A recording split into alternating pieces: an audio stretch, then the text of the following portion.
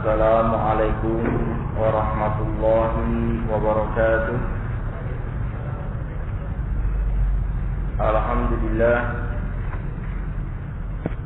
Alhamdulillah hamdan katsiran thayyiban mubarakan fi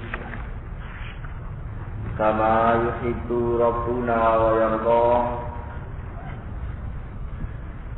Amma ba'd. Ikhwani wa akhwati rahimani wa rahimakumullah. Alhamdulillah, pada kesempatan sore kali ini kita masih diberikan hidayah dan taufik sehingga kita terus menerus untuk mempelajari perkara-perkara yang akan bermanfaat untuk dunia kita, demikian pula di akhirat kelak, di mana tidak ada kebahagiaan yang hakiki kecuali seseorang memahami agama yang benar dan hak yang datang dari sisi Allah Subhanahu wa ta'ala. Ikhwani wa akhwati rahimani wa rahimakumullah. Pada kesempatan sore kali ini kita akan bacakan apa yang Allah Subhanahu wa ta'ala sebutkan dalam Al-Quran, surat Al-Isra ayat 23, di mana Allah Subhanahu wa ta'ala menyebutkan wa qadha rabbuka alla ta'budu illa iyyah wa bil walidaini ihsana, dan Rabbmu telah mewasiatkan agar kalian tidak beribadah kecuali kepada Allah Subhanahu wa ta'ala. Wa bil walidaini ihsana, dan hendaknya berbuat baik, dan hendaknya kalian berbuat baik kepada kedua orang tua. Di mana di dalam ayat ini Allah Subhanahu wa ta'ala setelah menyebutkan haknya yang paling agung, haknya yang nomor satu, yaitu agar kita mentauhidkan Allah, agar kita hanya beribadah kepada Allah, agar kita hanya menyembah Allah Subhanahu wa ta'ala. Ini perintah yang paling agung dari Allah Subhanahu wa ta'ala. Kemudian Allah Subhanahu wa ta'ala menyebutkan dengan huruf waw yang artinya dan berbakti kepada kedua orang tua. Telah menyebutkan hak Allah yang paling tinggi, kemudian menggabungkan dengan berbakti kepada kedua orang tua. Sehingga dipetik dari ayat ini betapa amat sangat agungnya kedudukan orang tua di hadapan putra-putranya. Sampai-sampai perintah untuk berbakti kepada kedua orang tua digabungkan dengan perintah untuk mentauhidkan Allah Subhanahu wa taala, digabungkan dengan perintah yang paling agung. Sehingga mestinya ikhwani, saudara-saudaraku kaum muslimin dan muslimah, yang semoga Allah Subhanahu wa taala berikan hidayah dan taufiknya kepada kita untuk berupaya dan berusaha semaksimal mungkin berbuat baik kepada kedua orang tuanya.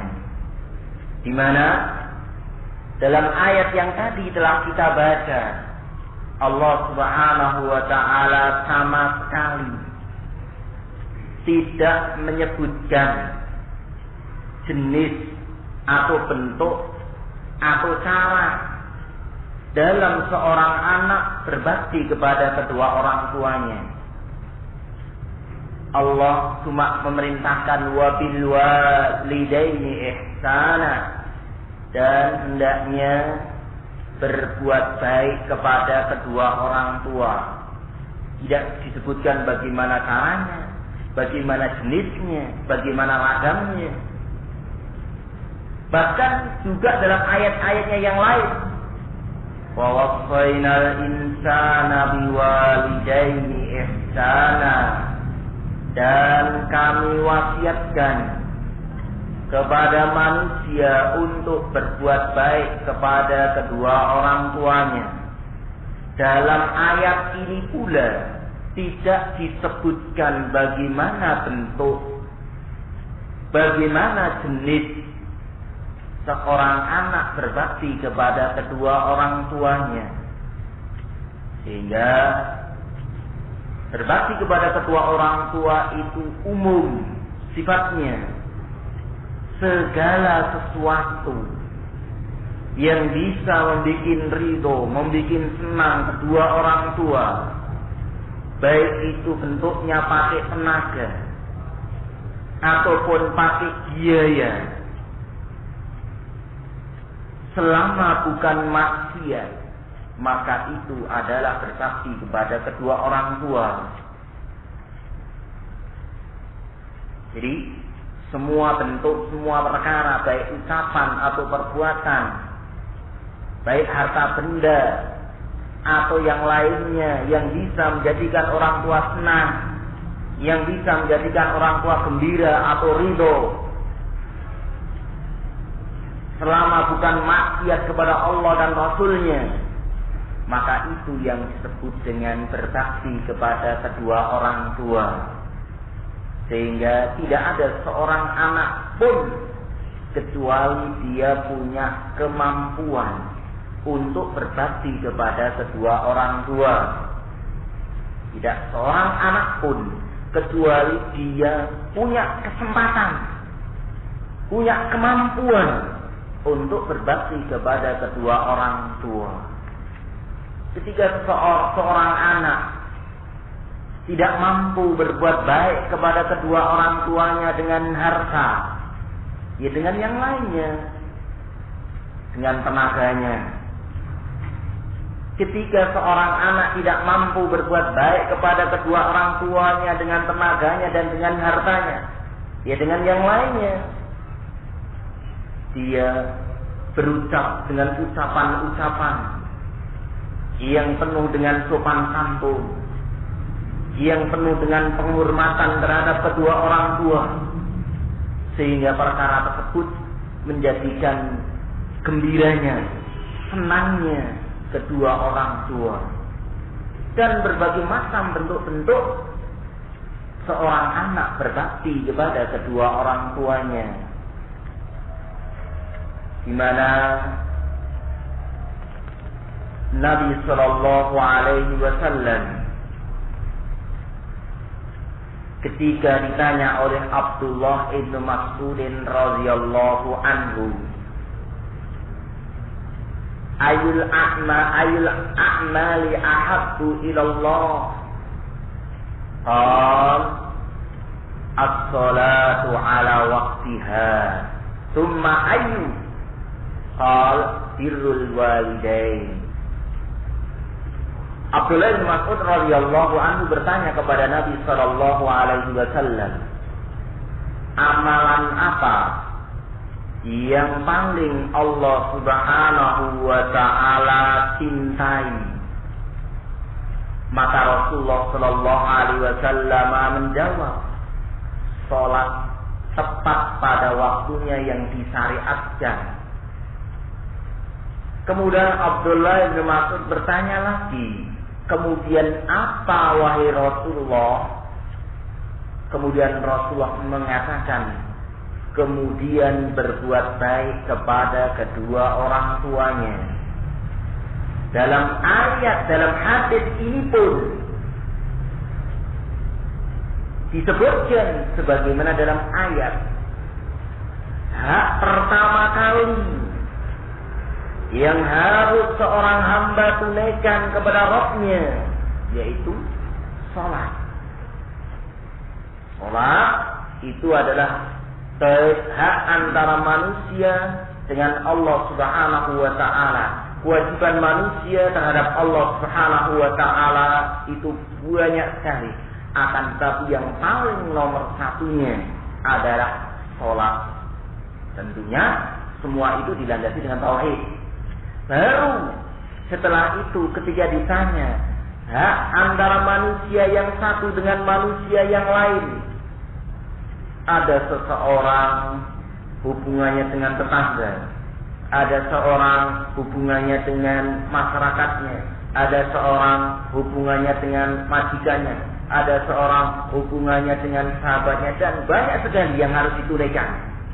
Akan tetapi yang pertama kali adalah seorang dengan kedua orang tuanya. Ini yang pertama kali. Sehingga hadis ini pula menunjukkan betapa amat sangat besar kewajiban seorang anak terhadap kedua orang tuanya, di mana dalam seseorang berbakti kepada kedua orang tua ini adalah ibadah. Kenapa? Karena ini perintah Allah, wa bil walidaini ihsana wa wasainal insana biwalidaini ihsana. Dari perkara-perkara ini menunjukkan bahwa ketika seorang anak berbuat baik, berbakti kepada kedua orang tuanya, sebagaimana seorang melakukan sholat. Orang sholat dia akan dapat pahala. Karena sholat itu ibadah. Karena sholat itu diperintahkan oleh Allah. Maka demikian pula seseorang berbakti kepada kedua orang tuanya. Berbakti kepada kedua orang tua itu perintah Allah. Berbakti kepada kedua orang tua itu adalah ibadah. Berbakti kepada kedua orang tua itu akan mendapatkan pahala atau ganjaran. Sehingga terkadang perkara yang sering dilupakan banyak dari kalangan anak ketika berbuat baik kepada kedua orang tuanya, lupa meniatkan diri bahwa ini adalah ibadah, lupa meniatkan diri bahwa ini adalah perintah Allah, sehingga ia kurang sempurna pahala yang ia dapatkan, kurang sempurna ditinjau dari sisi bahwasanya itu beribadatan kepada Allah. Di mana ketika seorang anak berbuat baik kepada kedua orang tuanya, yang harus diingat, yang harus diperhatikan bahwa ini karena diperintah oleh Allah. Seorang anak berbuat baik kepada kedua orang tua ini karena perintah Allah, bukan semata-mata karena orang tua, akan tapi karena perintah Allah Subhanahu wa taala. Allah yang memerintahkan untuk anak berbakti kepada kedua orang tuanya. Maknanya, sekalipun orang tua itu tidak membalas kebaikan-kebaikan anak, maka tetap kewajiban seorang anak itu berbakti kepada kedua orang tua.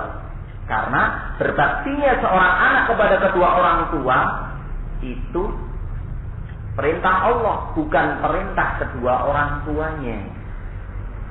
Jadi terlepas orang tua mau membalas atau tidak, terlepas orang tua itu memberi imbalan kepada kita atau tidak, yang jelas kita berbakti kepada kedua orang tua itu karena perintah Allah Subhanahu wa taala. Di mana kita tekankan perkara ini karena ada sebagian anak ketika berbakti kepada kedua orang tua tujuannya bukan karena Allah Subhanahu wa taala. Apakah karena harta yang dimiliki, ataukah karena warisan yang tidak ia dapatkan, atau perkara-perkara yang lain dari tujuan-tujuan keduniaan. Padahal seorang anak berbakti kepada kedua orang tua itu karena menjalankan perintah Allah Subhanahu wa taala. Barakallahu fikum. Bahkan dalam hadis Abdullah Ibnu Umar radhiyallahu anhuma, Rasulullah sallallahu alaihi wasallam bersabda, "Ridha Rabbi fi ridhal walidain, wa sakhati Rabbi fi sakhatil walidain." Keridhaan Allah Subhanahu wa taala itu di bawah keridhaan kedua orang tua. Kemurkaan Allah Subhanahu wa taala di bawah murkanya kedua orang tua. Sehingga ketika seorang anak membuat ridho, membuat senang kedua orang tua, maknanya dia telah membuat ridho Allah Subhanahu wa taala. Ketika seorang anak membuat marah, membuat murka kedua orang tua, maknanya dia telah membuat murkanya Allah Subhanahu wa taala. Ini pelajaran yang agung yang disampaikan Nabi sallallahu alaihi wasallam. Ketika berbakti kepada kedua orang tua, ketika berbuat baik kepada kedua orang tua, dikaitkan dengan Allah Subhanahu wa ta'ala. Tidak cuma kalau engkau berbuat baik kepada kedua orang tuamu, maka engkau akan mendapatkan ini dan itu. Tidak. Kalau engkau bikin marah kedua orang tuamu, maka engkau akan dipukul, diginikan dan begitukan. Tidak. Akan lebih agung daripada itu. Langsung dihubungkan dengan zat sang penguasa alam ini, yang menciptakan alam ini, yang mengatur alam ini, yaitu Allah Subhanahu wa ta'ala. Kalau engkau membuat murka kedua orang tuamu, berarti engkau telah membuat murka kedua Allah Subhanahu wa ta'ala. Kalau engkau membuat ridho, membuat senang kedua orang tuamu, berarti engkau telah membuat senang dan ridhonya Allah Subhanahu wa ta'ala. Ini model pendidikan cara Islam. Segala sesuatu dikaitkan dengan Allah Subhanahu wa ta'ala. Tidak cuma diiming-imingi roti, tidak cuma diiming-imingi jabatan, tidak cuma diiming-imingi kedudukan dan yang lainnya. Akan tetapi segala sesuatunya dihubungkan, dikaitkan dengan Allah Subhanahu wa ta'ala. Sehingga pendidikan model Islam itu adalah pendidikan terbagus, terbaik. Tidak ada yang menandinginya. Cuma terkadang sebagian kaum muslimin tergiur, merasa minder di hadapan orang-orang kafir, di hadapan model pendidikan orang-orang kafir. Sehingga karena sebab itulah justru kaum muslimin tambah semakin hina di hadapan musuh-musuh Allah Subhanahu wa ta'ala. Kaum muslimin yang semoga dirahmati Allah Subhanahu wa ta'ala, ketika turun ayat wa wassaynal insana biwalidaini ihsana, dan kami wasiatkan kepada manusia untuk berbuat baik kepada kedua orang tuanya. Ketika turun ayat ini, ada seorang sahabat yang namanya Sa'ad bin Abi Waqqas. Beliau punya ibu yang masih dalam keadaan musyrik, di mana ibunya bersumpah tidak akan makan, tidak akan minum sampai Sa'ad bin Abi Waqqas meninggalkan ajaran Muhammad sallallahu alaihi wasallam. Sehingga apa yang dikatakan oleh ibunya Sa'ad bin Abi Waqqas dipraktekkan. Berhari-hari dia tidak makan, berhari-hari dia tidak minum, sampai Sa'ad bin Abi Waqqas meninggalkan ajaran Muhammad sallallahu alaihi wasallam. Ketika mendapatkan 3 hari dia melaksanakan sumpahnya, pingsan. Sang ibu ini pingsan karena tidak makan, karena tidak minum, akhirnya pingsan. Kemudian oleh saudaranya Sa'ad bin Abi Waqqas, ibu tadi dikasih minum, kemudian tersadar kembali. Di mana saudaranya tersebut mengatakan kepada Sa'ad bin Abi Waqqas, atau sebelumnya ibunya berkata bahwa engkau diperintahkan untuk berbuat baik kepada kedua orang tuamu. Wa wassaynal insana biwalidayni ihsana. Engkau diperintahkan untuk berbuat baik kepada kedua orang tuamu. Sekarang ibumu menyuruhmu untuk engkau meninggalkan ajaran Muhammad sallallahu alaihi wasallam. Maka ketika ibunya bangkit dari pingsannya tersebut, saudara kandungnya ini berkata bahwa engkau adalah seorang pembunuh ibumu, karena dengan tidak makan dan tidak minum disebabkan Sa'ad bin Abi Waqqas, ibunya akan meninggal.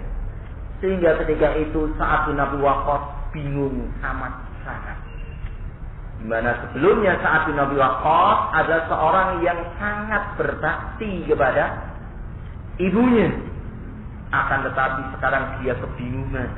Kalau sampai orang-orang menuduhnya sebagai sang pembunuh ibunya sendiri, karena ibunya nggak mau makan, ibunya nggak mau minum, maka ketika suasana yang amat sangat genting inilah, ibunya tetap nggak mau makan. Kemudian Sa'ad bin Abi Waqqas bingung dengan keadaan ibunya dan khawatir celaan orang-orang terhadap dirinya karena dituduh sebagai seorang pembunuh ibunya. Maka ketika itu turunlah ayat, wa in jahadaka ala an tusyrika bi ma laysa laka bihi ilmun fala tuti'huma wa sahibhuma fid dunya ma'rufa. Allah Subhanahu wa taala menurunkan ayat, jika kedua orang tuamu bersungguh-sungguh memerintahkan engkau untuk menyekutukan aku, fala tuti'huma, jangan sekali-kali engkau turuti keduanya. Jangan sekali-kali engkau mengikuti keduanya. Wa sahibhuma fid dunya ma'rufa, dan tetaplah pergauli keduanya di dunia dengan baik. Tetaplah bermuamalah terhadap kedua orang tuamu di dunia dengan baik.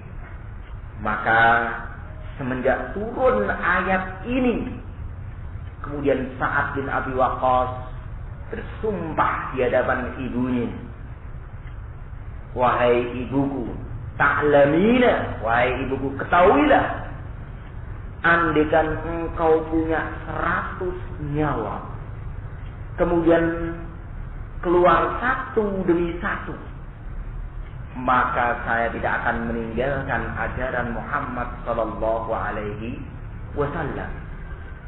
Kalau mau makan silahkan, tidak mau makan silahkan. Maka kemudian akhirnya baru setelah itu ibunya mau makan. Sehingga dipetik dari kisah ini pelajaran penting bahwa seorang anak diwajibkan untuk berbakti, berbuat baik kepada kedua orang tuanya dalam batasan selama tidak bermaksiat kepada Allah dan Rasul-Nya. Selama ketaatan kepada kedua orang tua tidak melanggar aturan-aturan Allah Subhanahu wa ta'ala. La ta'ata li makhluqin fi maksiatil khaliq. Tidak ada ketaatan kepada siapapun kalau itu dalam rangka bermaksiat kepada Allah Subhanahu wa ta'ala. Sehingga kalau kedua orang tuanya menyuruh untuk seorang anak berbuat maksiat, silahkan wahai putraku, atau bahkan malah disuruh, engkau harus melakukan maksiat seharinya sekian jam, maka ini adalah perintah yang bertentangan dengan perintah Allah dan Rasul-Nya. Sehingga wajib untuk seorang anak tersebut tidak menuruti orang tuanya, tidak mentaati kedua orang tuanya. Kenapa? Karena kita berbuat baik, berbakti kepada kedua orang tua itu karena perintah Allah. Kita berbuat baik, berbakti kepada kedua orang tua itu karena perintah Allah Subhanahu wa ta'ala. Sehingga kalau orang tua menyuruh agar kita bermaksiat kepada Allah, ya kita tetap memilih Allah. Lawang kita berbakti kepada kedua orang tua juga karena perintah Allah. Dimana bagaimana ayat tadi, perintah untuk mentaati Allah Subhanahu wa ta'ala didahulukan. Alla ta'budu illa iyyah wa bil walidaini ihsana. Agar kalian tidak beribadah kecuali kepada Allah, baru setelah itu berbakti kepada kedua orang tua. Demikian pula amalan yang paling dicintai adalah sholat, artinya menjalankan perintah Allah. Baru setelahnya berbakti kepada kedua orang tua. Maknanya ketaatan kita kepada kedua orang tua itu di bawah ketaatan Allah Subhanahu wa ta'ala. Jangan sampai ketaatan kita kepada kedua orang tua melebihi ketaatan kita kepada Allah Subhanahu wa ta'ala. Jangan sampai rasa takut kita atau rasa cinta kita kepada kedua orang tua melebihi kecintaannya kepada Allah Subhanahu wa ta'ala atau rasa takutnya kepada Allah Subhanahu wa ta'ala. Sehingga ini perkara yang penting dan pokok yang semestinya tiap-tiap muslim memahaminya. Di mana kadang seseorang kebingungan bagaimana saya diperintahkan untuk bermaksiat oleh ibu saya. Kalau saya tidak mau melakukan kemaksiatan, maka konsekuensinya demikian dan demikian. semestinya kalau ia ingat bahwa Allah Subhanahu wa ta'ala yang memelihara kita, yang memelihara ibu kita, maka ya kita kembali kepada Allah Subhanahu wa ta'ala. Kita serahkan urusan kita kepada Allah Subhanahu wa ta'ala. Allah Subhanahu wa ta'ala memerintahkan seseorang tentunya sesuai dengan kadar kemampuan yang ada pada manusia. Allah Subhanahu wa ta'ala perintahkan kepada manusia itu sesuai dengan kekuatan yang ada pada manusia itu sendiri. La yukallifullahu nafsan illa wus'aha. Allah tidak akan membebani satu jiwa pun kecuali sesuai dengan kemampuannya. Jadi jangan sampai seorang anak beralasan, saya tidak mampu, saya tidak kuasa, padahal belum dipraktekkan, padahal belum dijalani. Ini perkara yang semestinya menjadi perhatian masing-masing kita. Kemudian satu hari ketika Nabi Shallallahu Alaihi Wasallam di atas mimbar, tiba-tiba beliau mengucapkan amin.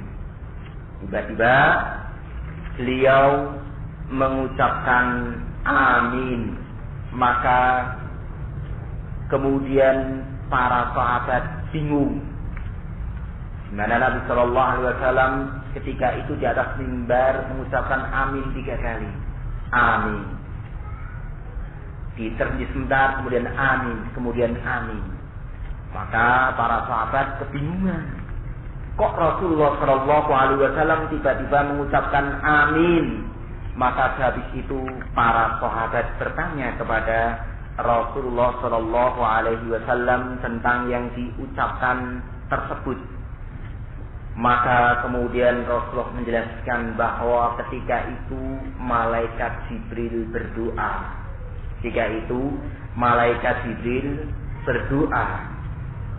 Celaka seorang anak yang mendapati kedua orang tuanya atau salah satu dari keduanya telah lanjut usia, tidak menjadikan ia masuk surga. Kemudian Rasulullah mengucapkan amin. Doanya malaikat yang paling dekat dengan Allah, malaikat Jibril yang berdoa. Yang mengamini manusia yang paling bertakwa kepada Allah, Muhammad sallallahu alaihi wasallam. Sehingga jika seorang anak menjumpai kedua orang tuanya atau salah satu dari keduanya telah lanjut usia, kok tidak menjadikan anak tadi, tidak menyebabkan anak tadi masuk surga, maka itu kecelakaan. Maka ini kerugian besar bagi sang anak. Di mana maknanya ketika seorang ibu atau seorang bapak telah lanjut usia, itulah dan kesempatan bagi sang anak untuk beramal, untuk beribadah itu tambah banyak sekali. Ketika orang tua masih sehat, mungkin nggak seberapa maknanya ketika kita ambilkan nasi, ketika kita cucikan bajunya, mungkin maknanya nggak begitu besar. Tapi begitu kedua orang tua telah sepuh, telah lanjut usia, ngambil nasi sendiri nggak mampu, ngambil minum air sendiri nggak mampu, maka peran anak di situ sangat besar. Sehingga dia mengambilkan segelas air itu ibadah yang agung di hadapan Allah. Kenapa? Karena orang tuanya sudah tidak bisa apa-apa lagi. Sehingga kesempatan untuk beribadah, kesempatan untuk beramal bagi sang anak tambah semakin besar, tambah semakin banyak. Sehingga kerugian dan kerugian seorang anak yang mendapati kedua orang tuanya atau salah satunya sudah lanjut usia nggak bisa apa-apa, kok tidak menyebabkan anak tadi masuk surga? Ladang amalan di hadapannya, tidak usah ia pergi jauh-jauh, tidak usah ia mendayung sepeda, ibunya di hadapannya, bapaknya di hadapannya, cukup dengan ia berbakti kepada kedua orang tua, dia telah beribadah. Cukup dengan ia mencucikan bajunya, cukup dengan ia mengambilkan suap nasi, maka itu bernilai ibadah yang sangat agung di sisi Allah. Dari situlah yang akan menyebabkan kita masuk surga. Sehingga kerugian besar, kata malaikat Jibril, ketika seorang anak mendapati kedua orang tuanya atau salah satunya sudah lanjut usia, kok tidak menyebabkan ia masuk surga? Sehingga kecelakaan dan kecelakaan, wailun summa wailun, kecelakaan dan kecelakaan bagi seorang anak yang mendapati kedua orang tuanya sudah lanjut usia, kok tidak menyebabkan ia masuk surga? Mana kenyataan yang terjadi justru malah sebaliknya. Kenyataan yang terjadi justru malah sebaliknya. Illa man rahimahullah, kecuali orang-orang yang Allah Subhanahu wa ta'ala berikan kepada mereka rahmat. Tahu ilmu, kemudian mengamalkan ilmu. Dimana ketika seorang nggak punya ilmu, ketika seorang nggak pernah ngaji, sehingga nggak tahu kedudukan orang tua tambah sepuh, orang tua tambah lanjut usia, tambah dibentak-bentak, tambah diususu, tambah dimarah-marahi, tambah dicaci maki. Ketika mungkin sudah tidak bisa apa-apa lagi, ketika saya tidak bisa ke WC sendiri, ketika tidak bisa buang air sendiri, harus ada yang bopong, harus ada yang menuntun, atau bahkan melakukan perkara-perkara tersebut di tempat tidurnya, terkadang sebagai ajang maki-makian untuk anak-anaknya. Ini yang terjadi, sehingga kecelakaan dan kecelakaan bagi orang ini. Makanya Nabi SAW mengucapkan amin. Pantas kalau orang yang model demikian ini celaka. Wajar kalau orang yang demikian ini masuk neraka, dikarenakan kedurhakaannya terhadap kedua orang tuanya. Barakallahu fikum. Saudara-saudaraku kaum muslimin yang semoga dirahmati Allah Subhanahu wa ta'ala, mana sebagaimana hadis Abu Bakar radhiyallahu anhu, ketika Nabi sallallahu alaihi wasallam mengatakan, ala unabbiukum bi akbaril kabair, maukah kalian aku tunjukkan dengan dosa besar yang paling besar? Kemudian para sahabat menjawab iya, sehingga Rasulullah sallallahu alaihi wasallam kemudian mengatakan yang pertama adalah al-israfu billah, menyekutukan Allah Subhanahu wa ta'ala. Kemudian uququl walidain, durhaka kepada kedua orang tua. Durhaka kepada kedua orang tua itu dosa besar yang paling besar. Dosa besar itu banyak, akan tetapi yang paling besarnya adalah menyekutukan Allah. Kemudian yang setelahnya adalah durhaka kepada kedua orang tuanya. Sehingga perkara yang penting dan pokok, jangan sampai seorang anak itu membuat murka, membuat marah kedua orang tuanya. Sehingga ketika memang kedua orang tua itu Allah Subhanahu wa ta'ala takdirkan tidak tahu ilmu yang kita pelajari, belum sampai padanya dakwah yang kita ketahui, ya semestinya berupaya dan berusaha untuk didakwai. Ya semestinya kita berupaya dan berusaha untuk bagaimana orang tua itu tahu. Jangan sampai orang tua nggak pernah ngaji, nggak pernah hadir di majelis ilmu, dipaksakan untuk berpikir sebagaimana yang kita pikirkan, dipaksakan untuk berbuat sebagaimana yang kita perbuat. Gimana? Ya wajar kalau mungkin orang yang tiap hari ngaji, orang yang tiap hari menuntut ilmu, melakukan amalan, semangat ini dan itu, wajar. Tapi bagi orang-orang yang tidak pernah menuntut ilmu, yang tidak tahu akan syariat ini, jadi jangan sampai apa yang ada di benak kita, karena kita sudah ngaji, karena kita sudah menuntut ilmu, kemudian diserupakan dengan apa yang ada di benak kedua orang tua kita. Maknanya, hendaknya kita banyak-banyak memahami terhadap kedua orang tua kita, sehingga bagaimana kita berupaya dan berusaha agar kedua orang tua kita itu tahu dakwah ini, mengenal dakwah ini dengan pelan-pelan dan terus menerus. Jangan sampai seorang anak bosan.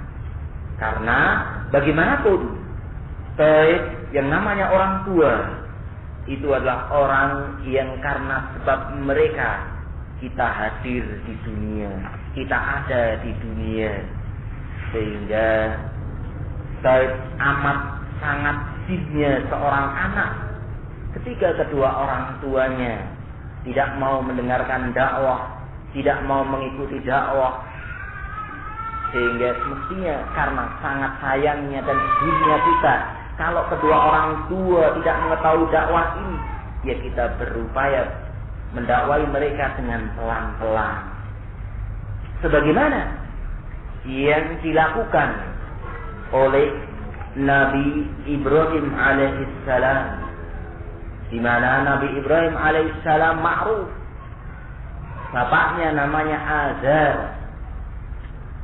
tugasnya membuat patung, tugasnya, perbuatannya, pekerjaannya membuat sembahan selain Allah. Artinya dia jelas orang musyrik, jelas dia orang kafir. Akan tetapi Nabi Ibrahim alaihissalam dalam mendakwai kedua orang tuanya tetap dengan pelan, penuh hikmah, penuh dengan kesopanan. Sebagaimana yang Allah Subhanahu wa taala sebutkan dalam surat Maryam, "Idz qala li abihi lima ta'budu ma la yasma'u wa la yubsiru wa la yughni 'anka syai'a." Ketika Nabi Ibrahim alaihissalam berkata kepada bapaknya, "Wahai bapakku, kenapa engkau menyembah sesuatu yang tidak bisa mendengar, yang tidak bisa melihat, yang tidak bisa memberi manfaat kepadamu sedikit pun? Ya abati, inni qad ja'ani minal ilmi ma lam ya'tika." Wahai bapakku, coba seorang anak memanggil kepada bapaknya yang musyrik, yang kafir, "Wahai bapakku," dengan lemah lembut, penuh kesopanan, "Wahai bapakku, sesungguhnya telah datang kepadaku ilmu malam ya'tika, yang tidak datang kepadamu." Apa maknanya? Maknanya bahwa Nabi Ibrahim alaihissalam berkata kepada abinya, "Wahai bapakku, telah datang kepadaku satu ilmu, yang ilmu ini tidak datang kepada bapak." Maknanya bahwa bapaknya Nabi Ibrahim itu ilmunya banyak, akan tapi ilmu ini bapak tidak miliki. Maknanya seorang anak tetap menghormati orang tuanya. Seseorang anak tetap menjunjung tinggi karena orang tuanya. Nabi Ibrahim tidak mengatakan bapak itu nggak tahu, bapak itu bodoh, bapak itu nggak tahu al-haq.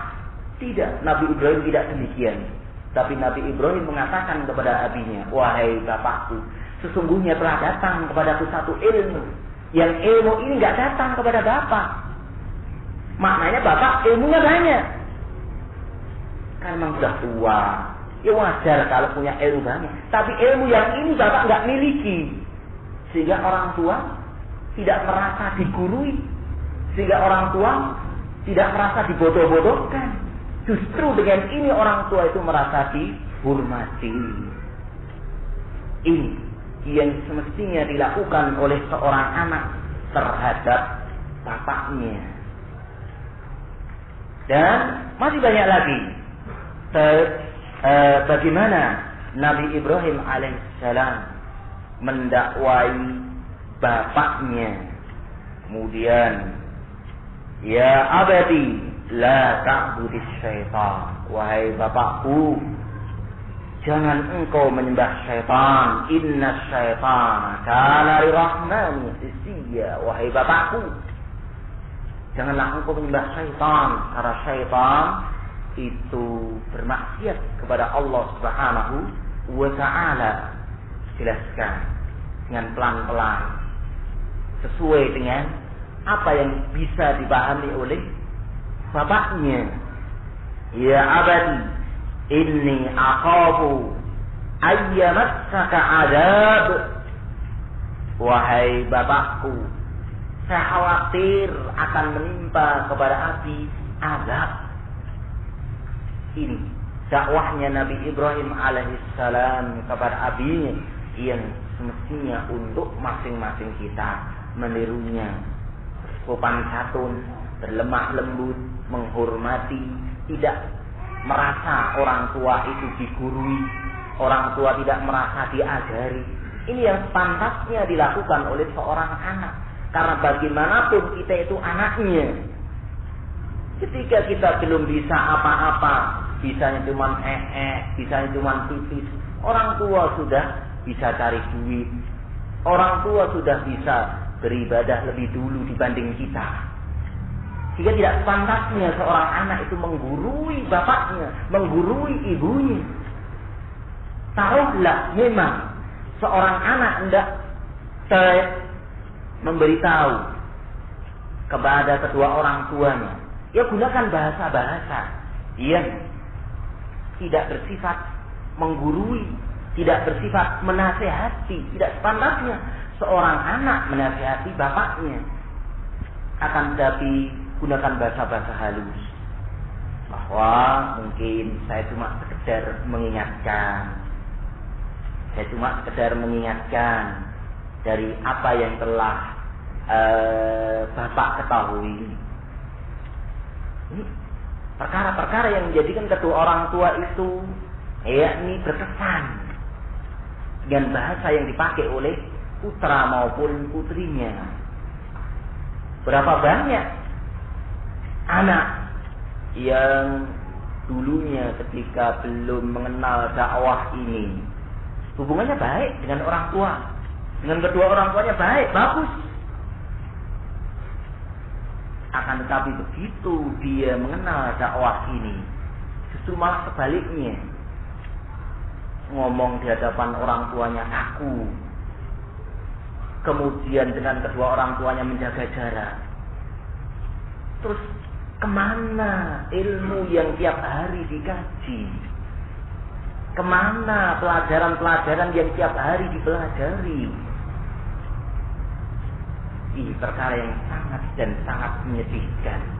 Semestinya seorang yang sudah ngaji menjadi suri toladan di masyarakatnya, menjadi contoh di kampungnya, bagaimana dia dalam berbakti kepada kedua orang tuanya, bagaimana dalam ia menjunjung tinggi kedua orang tuanya.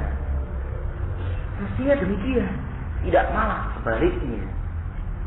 Ini yang seharusnya diketahui oleh setiap masing-masing kita.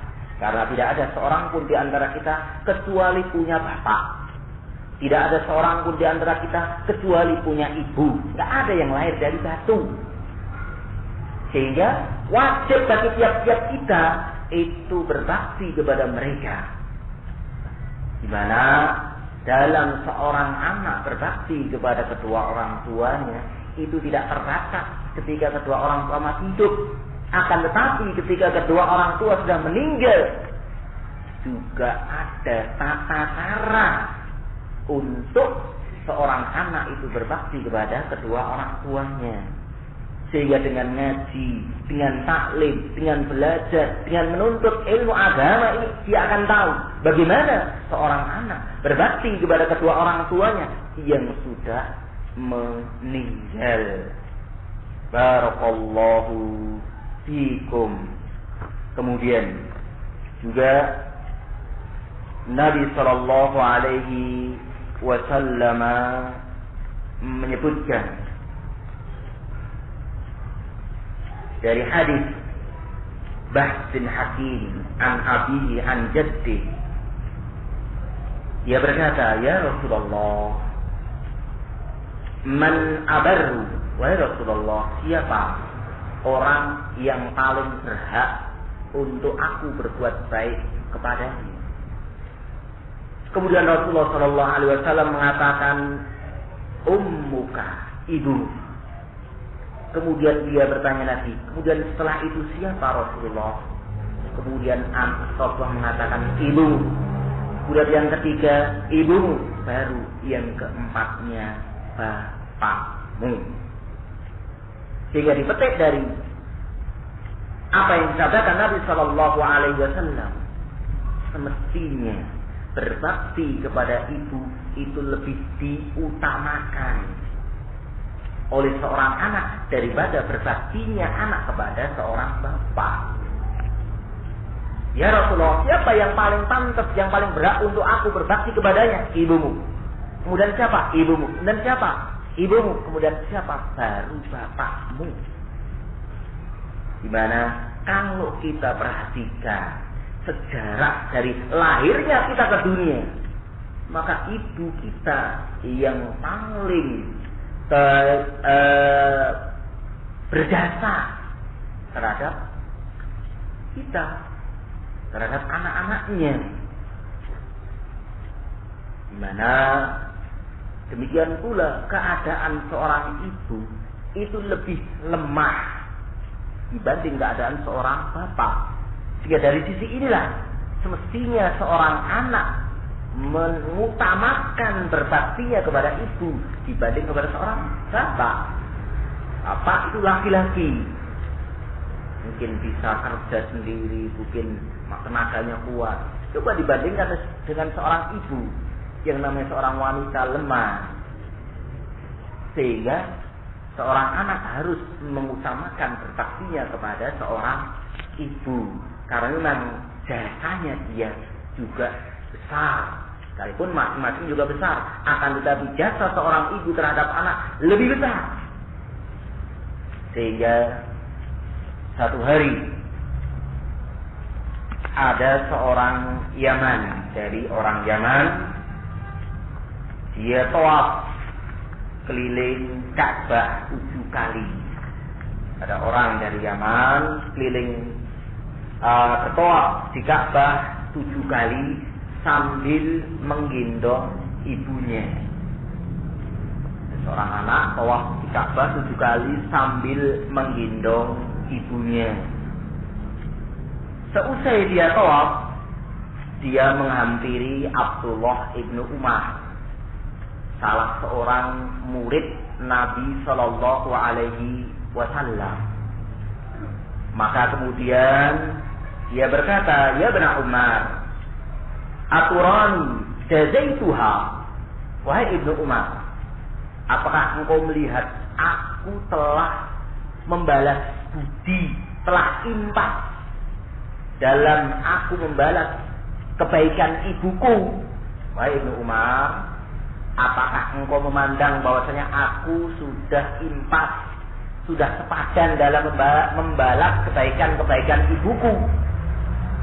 Maka kemudian Ibnu Umar radhiyallahu anhuma mengatakan, la, tidak.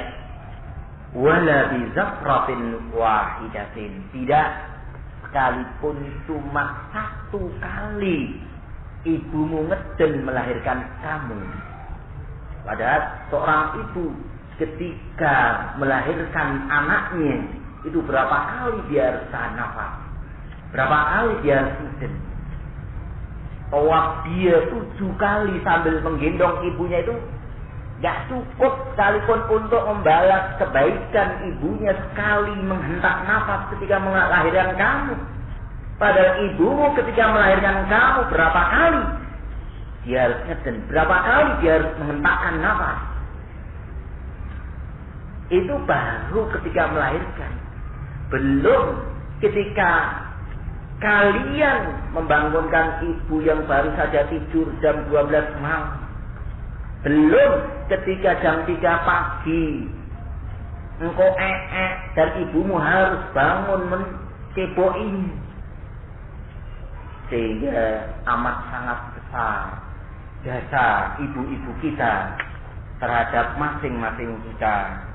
Sehingga tidak bisa seorang anak membalas dengan impak kebaikan kedua orang tuanya kecuali satu, kata Rasulullah sallallahu alaihi wasallam, illa ayyadidahu mamlukan fayat tariyahu fayutiqahu, kecuali apabila anak tadi mendapati kedua orang tuanya menjadi budak, kemudian anak tadi membeli terus dimerdekakan. Kenapa? Karena yang namanya budak itu ya bagaikan sapi, jadi disuruh kerja terus, dikasih makan, tidak dikasih gaji, itu namanya budak. Orang-orang jahiliyah sebelum datangnya Islam banyak sekali yang namanya perbudakan. Jadi ada di pasar itu yang dijual bukan sapi, bukan kambing, tapi yang dijual manusia. Itu ada pasar budak di zaman jahiliyah. Sehingga seorang anak bisa membalas kebaikan-kebaikan kedua orang tuanya ketika kedua anak tadi mendapati ibu atau bapaknya menjadi budak. Kemudian ia membeli, kemudian dimerdekakan, disejajarkan, disetarakan sebagaimana orang yang biasa, orang merdeka. Ini baru bisa. Di mana? Tidak ada lagi di zaman kita ini perbudakan. Sehingga tidak ada kebaikan yang bisa impak untuk membalas kebaikan-kebaikan ibu dan bapak kita di masa ini. Maknanya, ya kita semaksimal mungkin untuk berbakti, berbuat baik kepada kedua orang tua kita. Jangan sampai seorang meremehkan masalah seperti ini. Karena barangkali beranjak dari masalah-masalah seperti ini kurang dalam ia memperhatikan kedua orang tuanya, atau justru malah ia durhaka kepada kedua orang tuanya yang menjadikan kemudian kedua orang tuanya doa jelek, akhirnya Allah Ta'ala kabulkan sehingga anaknya sengsara, sehingga anaknya celaka. Atau paling tidaknya ketika seorang anak kurang dalam berbakti kepada kedua orang tua, berbagai macam bentuk problema dia hadapi, berbagai macam bentuk masalah ada di hadapannya. Di antara penyebabnya adalah kurangnya dalam dia memperhatikan kedua orang tuanya. Ma asabakum min musibatin wa bima kasabat aydikum. Firman Allah, tidaklah menimpa kepada kalian satu musibah pun kecuali disebabkan karena ulah-ulah kalian sendiri. Sehingga ketika seseorang mendapatkan masalah, mendapatkan problema, mendapatkan bencana, maka pertama kali yang dilihat ada dirinya. Saya salah apa? Saya telah berbuat apa kepada kedua orang tua saya? Apa yang telah saya ucapkan terhadap kedua orang tua? Apa yang telah saya perbuat terhadap kedua orang tua? Dan berbagai macam perkara-perkara yang semestinya menjadi perhatian masing-masing kita. Barakallahu fikum. Mestinya untuk kita banyak-banyak berdoa kepada Allah Subhanahu wa Ta'ala agar diberikan kekuatan, tambahan keimanan, bisa memeluk agama Islam ini dengan sempurna dan benar sebagaimana yang dimaukan oleh Allah dan Rasulnya. Ada kurangnya kami mohon maaf. Subhanakallahumma wa bihamdik asyhadu an la ilaha illa anta astaghfiruka wa atubu ilaik.